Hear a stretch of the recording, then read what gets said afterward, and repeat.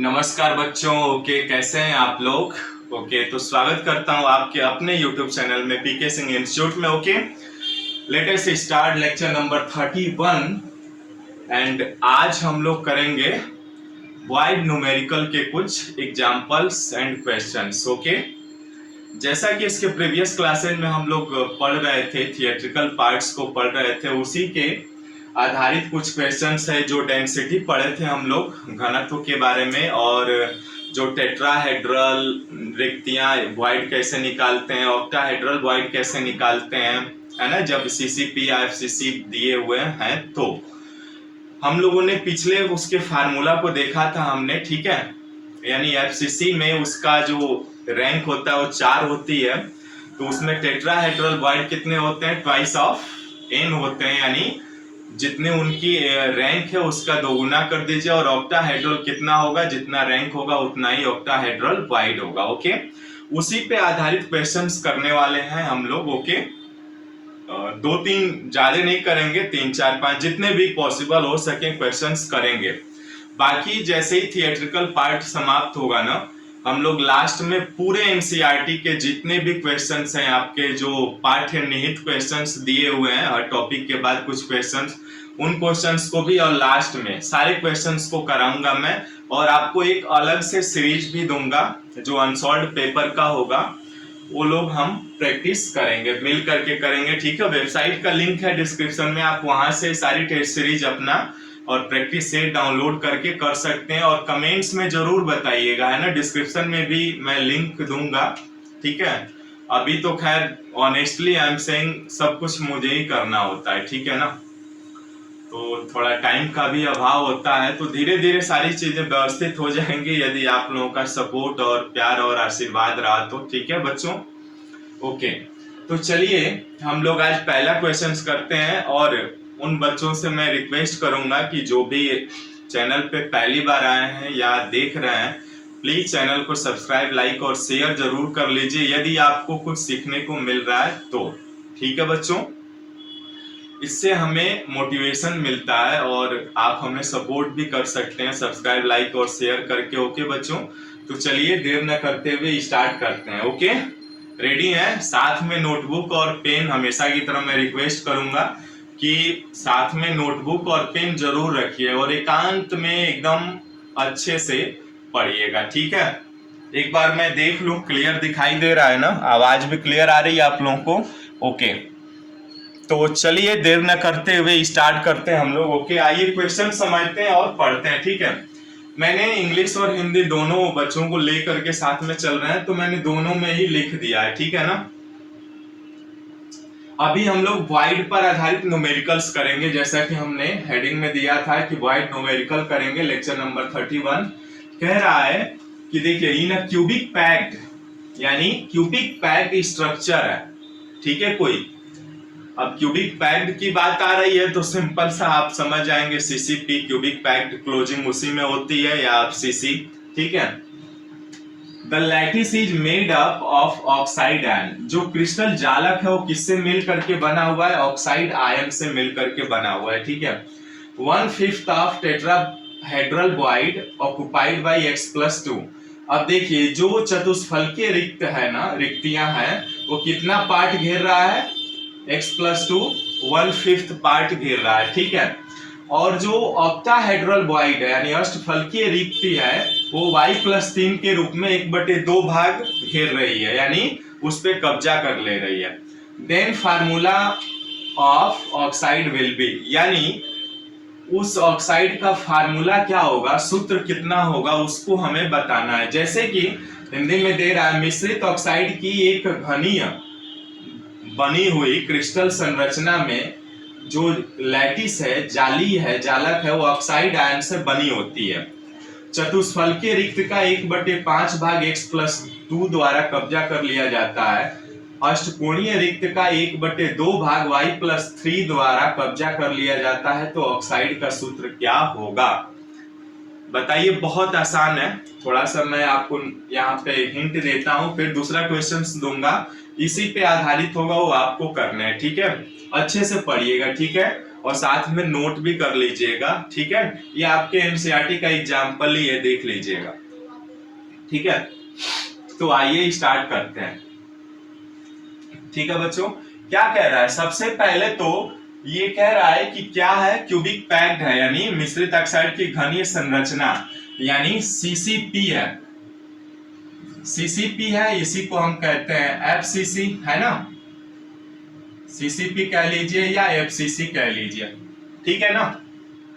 अब हम जानते हैं कि सीसीपी एफसीसी में इसका रैंक कितना होता है, एटम, यानी रैंक कितना होता है बच्चों, एटम पर यूनिट सेल कितना होता है, 4 होता है।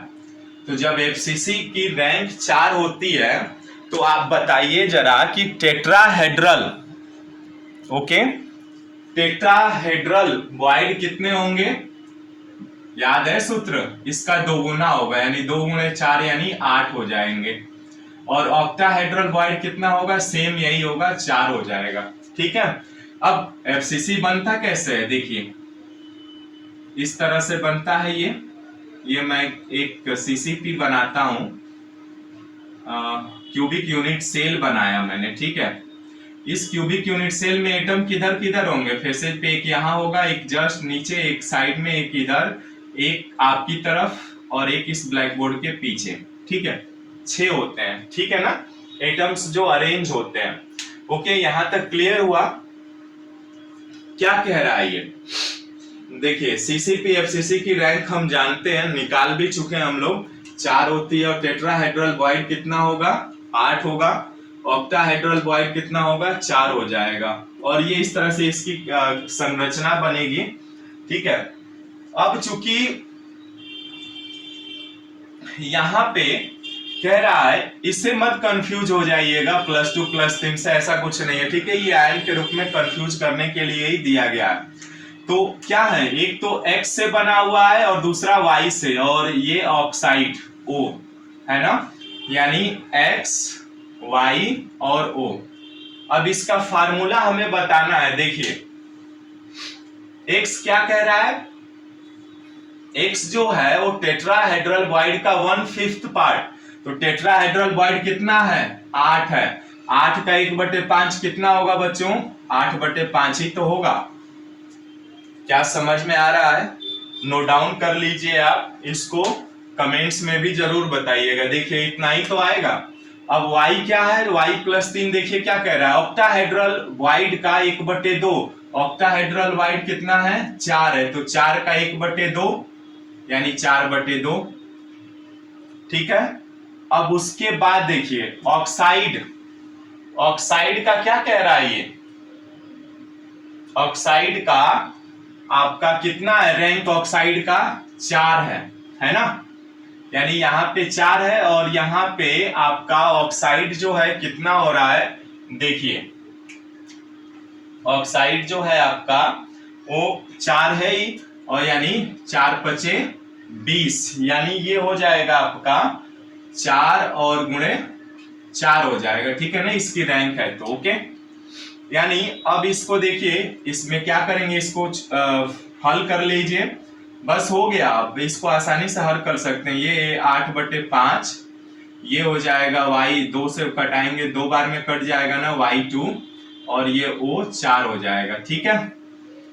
अब देखिए यहाँ पे इस 5 को हटाने के लिए क्या करना पड़ेगा, 5 से मल्टीप्लाई करा दीजिए, तो x ये 8 बच जाएगा, ये 5 दूना 10 और ये 5 चौको 20।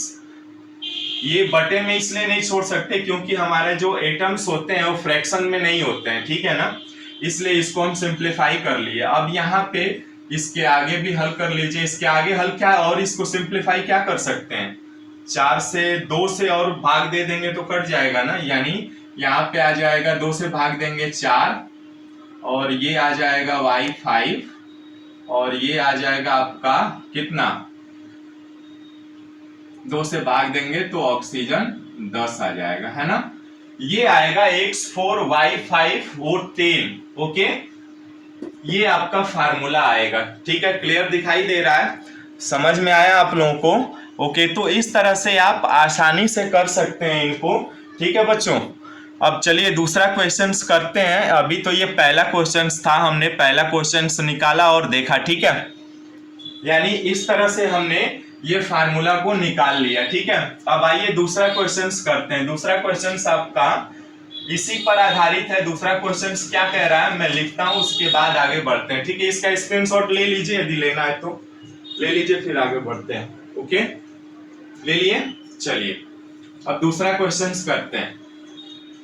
दूसरा क्वेश्चन भी इसी पर आधारित है, ठीक है। वाइड न्यूमेरिकल, ये फिर डेंसिटी का भी एक दो क्वेश्चंस कर लेंगे, उसके बाद आगे बढ़ेंगे, ठीक है ना। लास्ट में सब कराऊंगा मैं क्वेश्चंस, और आपको भी होमवर्क में भी दूंगा, ठीक है। फिलहाल आप प्रैक्टिस करते रहिए, बनाते रहिए प्रश्न, ठीक है। चलिए दूसरा क्वेश्चंस क्या कह रहा है। क्वेश्चन नंबर 2 है, लेकिन ये आपका एनसीईआरटी का क्वेश्चन नंबर 3 होगा, शायद पृष्ठ संख्या 23 में होगा, ठीक है। तो वहां से देख लीजिएगा, ये प्रश्न दिया हुआ है। एक यौगिक दो तत्वों एक यौगिक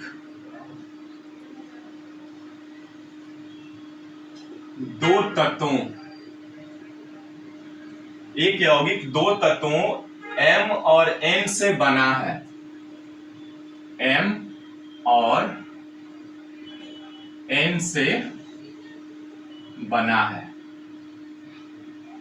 ठीक है। M और N से बना है। तत्व N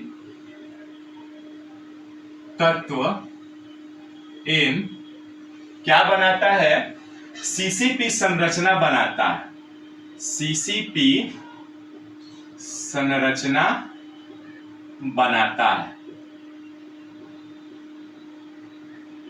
ठीक है। देखिए ये तो पहले ही बता दिया, CCP संरचना बनाता है, ठीक है ना। और M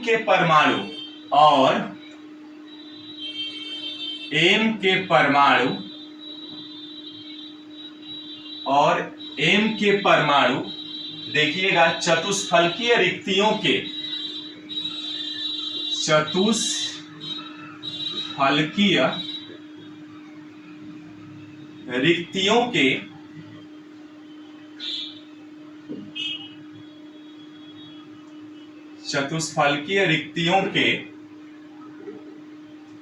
1/3 भाग को, कितना, 1/3 भाग को, ठीक है ना, अभ्यासित करते हैं, अभ्यासित करते हैं। ओके, तो कह रहा है कि यौगिक का सूत्र क्या होगा, तो यौगिक का सूत्र क्या है, बताइए। सॉल्यूशन देख लीजिए। चलिए इसको इंग्लिश में लिख सकते हैं, मैं बोल दे रहा हूं। एक यौगिक दो तत्वों M और N से बना है। Okay, a compound is made of M and N elements, and N elements is so of CCP structure, and atoms of M which is occupied by 1/3 part of tetrahedral void. So find the formula of compound. Okay, Hindi में दिया हुआ है, मैं इसको English में बना दे रहा हूं, आप लिख लीजिएगा, नोट डाउन कर लीजिए। ये कह रहा है क्वेश्चन, आपके एनसीईआरटी का यदि बुक आप खरीदे होंगे ना, तो उसमें एनसीईआरटी बुक का पृष्ठ संख्या यानी पेज नंबर 23 का क्वेश्चन नंबर 3 है ये, ठीक है। और हमारे लिए क्वेश्चन नंबर 2 है, क्योंकि हमने अभी पहला क्वेश्चन किया है इसके पहले, अभी ये दूसरा क्वेश्चन कर रहे हैं, वाइड न्यूमेरिकल पे ही आधारित है, ठीक है बच्चों।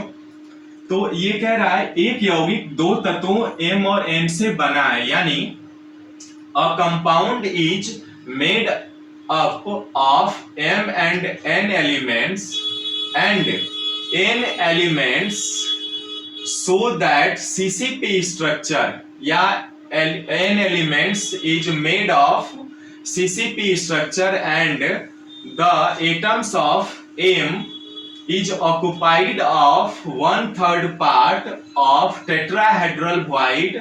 So find out the formula of the compound. Okay, लिख लीजिएगा, पॉज करके वीडियो को लिख लीजिएगा, ठीक है। तो चलिए इसको समझते हैं क्या कह रहा है ये क्वेश्चंस। क्लियर दिखाई दे रहा है ना? एक बार मैं देखता हूँ, थोड़ा सा प्यास भी बहुत लगती है दोस्तों, ठीक है। ऊपर दिखाई दे रहा है ना आपका जो है, और थोड़ा सा M और N है, क्लियर नहीं दिखाई दे रहा है ना? चलिए इसको नोट डाउन करिए। एक यौगिक है M और N से बना हुआ है, ठीक है। अब देखिएगा ये क्या कह रहा है, CCP संरचना बनाता है ना? सिंपल सा है, अभी आपने बनाया ना जिस क्वेश्चंस को, सेम फार्मूला है, बना करके बताइए कमेंट्स में। मैं 5 सेकेंड का टाइम दे रहा हूं, ठीक है। 5 सेकेंड में जल्दी बना करके और कमेंट्स में बताइए, ठीक है। फास्ट करिए, कितना आएगा बताइए आंसर। ओके, चलिए देखते हैं इसको क्या कह रहा है। CCP संरचना है ना, CCP यानी FCC की रैंक कितनी होती है बच्चों? रैंक कितनी होती है? हम जानते हैं 4 होती है ना। अब देखिए कह रहा है कि M जो है CCP बनाता है, और M का परमाणु जब यहाँ पे CCP या FCC की रैंक आपको पता चल गया 4 है, तो टेट्राहेड्रल वॉइड कितना होगा जी बताइए। तो इसका 2 गुना हो जाएगा ना, यानी 2 गुणे 4, यानी ये टेट्राहेड्रल वॉइड कितने आ गए? 8 हो गए। और बस टेट्राहेड्रल वॉइड की बात कर रहा है, ऑक्टाहेड्रल तो बोला ही नहीं है। चलो हम लोग निकाल लेते हैं ऑक्टाहेड्रल वॉइड भी। ऑक्टाहेड्रल वॉइड कितना होगा? सेम होगा, 4 ही होगा, लेकिन प्रश्न में ये दिया नहीं है, ठीक है। इसको हटा दीजिएगा, मैं समझाने के लिए आपको बता रहा हूं, ठीक है। ओके, अब क्या कह रहा है देखिए, संरचना बनाता है और M के परमाणु चतुष्फलकीय रिक्तियों के 1/3 भाग को अभ्यासित करता है। अब इस तरह से देखिएगा M और N क्या कह रहा है ना, यानी जो M के परमाणुओं की संख्या है, M क्या कह रहा है? कह रहा है कि M के जो एटम है वो टेट्राहेड्रल वॉइड के 1/3, टेट्राहेड्रल वॉइड कितना है बच्चों? 8, यानी 8 का 1/3, यानी M 8/3 हो गया ना, यानी इसको हम लिख सकते हैं M 8/3। ओके, अब आगे क्या कह रहा है? आगे कह रहा है कि N बताइए, N कितना है? N 4 है ना। अब देखिए यहाँ पे 2 चीजें हो गई, M और N। M कह रहा है कितना टेट्राहेड्रल वॉइड का? 8/3, और N कितना है? 4 है, तो 4 लिख लेंगे। अब देखिए चूंकि हम जानते हैं, यहाँ पे भी साइड में हल कर सकते हैं यदि नहीं दिखाई दे रहा है तो। M 8/3 ये फार्मूला मैं बना रहा हूं, यहां तक क्लियर है ना। यानी अब देखिए ये चूंकि हम जानते हैं कि हमारा जो एटम होता है वो फ्रैक्शन में नहीं होता है, क्लियर है, आपको भी पता है। तो अब इसको सिंप्लीफाई कर लेंगे। सिंप्लीफाई करने के लिए क्या करेंगे? सबसे पहले तो ये बटे वाली को हटाएंगे ना, तो 3 से मल्टीप्लाई करा दीजिए। कितना आएगा? 3 से मल्टीप्लाई कराएंगे तो ये आ जाएगा M8, और ये N 3 से गुणा कराएंगे ना तो 12 हो जाएगा, है ना। अब 4 से भाग दे दीजिए, 4 से डिवाइड करेंगे तो और सिंप्लीफाई कर लेंगे, तो 4 दूना 8, 2, और ये आ जाएगा M3। यानी इसका फार्मूला क्या होगा? M2N3, ये आंसर आएगा, ठीक है। यानी 2 संबंधित 3 आएगा, ठीक है, M संबंधित N के। ये जो फार्मूला होगा वो M2N3 होगा। देखिए कितना आसान है, बहुत आसान है बच्चों। आप थोड़ा सा अपना इमेजिन और स्मार्ट तरीके से बनाएंगे ना तो बहुत आसान हो जाएगा चीजें, ठीक है। देखिए आपके सामने है, बहुत आसान है। तो ऐसे ही क्वेश्चंस आते हैं तो कुछ आइडिया मिला होगा आप लोगों को कि वॉइड न्यूमेरिकल कैसे आते हैं, टेट्राहेड्रल, ऑक्टाहेड्रल और CCP पे आधारित, ठीक है।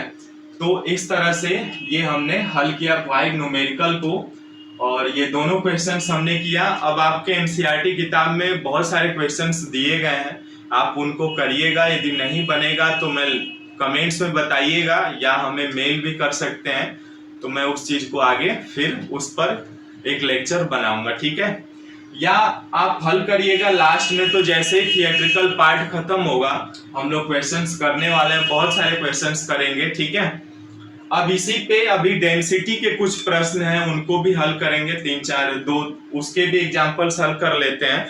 फिलहाल के लिए फटाफट स्क्रीनशॉट ले लीजिए और फिर आगे बढ़ते हैं इसको, ठीक है। ले लिया आपने स्क्रीनशॉट, ओके। तो आज हम लोगों ने क्या सीखा, वाइड न्यूमेरिकल को हल करना सीखा। और देखिए बहुत आसान है, आपने यदि लेक्चर्स देखे होंगे तो मैंने फार्मूला वहां पे बताया था, और यकीन मानिए आप एक बार लेक्चर शुरू से बेसिक से देखिएगा, लेक्चर 1 से आप इसको चुटकियों में हल कर सकते हैं, ठीक है।